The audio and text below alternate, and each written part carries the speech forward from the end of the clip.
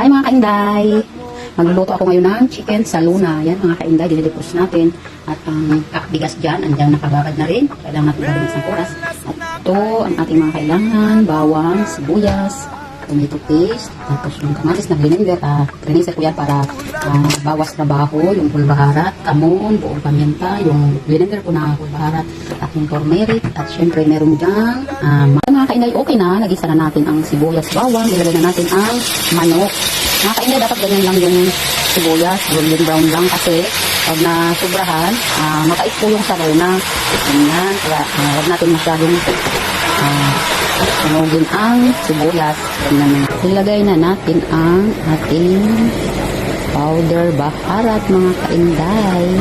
Ilagay natin ang tomato paste, ang kamatis, sabay lang yan mga kainday. Gisa natin ang mabuti mga kainday. Ilagay natin ang patatas mga kainday. Mga kainday, ilagyan na natin siya ng hot water. Mga kainday, ready ng ating chicken sa Luna. Yan, ready na siya. Yan. Tapos, dito sa kabila ay ang ating kanin. Niluluto na rin natin. Ayan, meron din siyang buong paminta, cinnamon stick, at saka yung hill, mga kaindayan yung nilagay. Mamaya, lagyan natin siya ng sapran sa ibabaw. I-spray lang natin mga kainday. Lagyan na natin ng sapran. Yan yung gamit ko mga kainday. Spray, tapos steam natin ng 5 o 10 minutes mga kainday. Ayan, ganyan lang po siya mga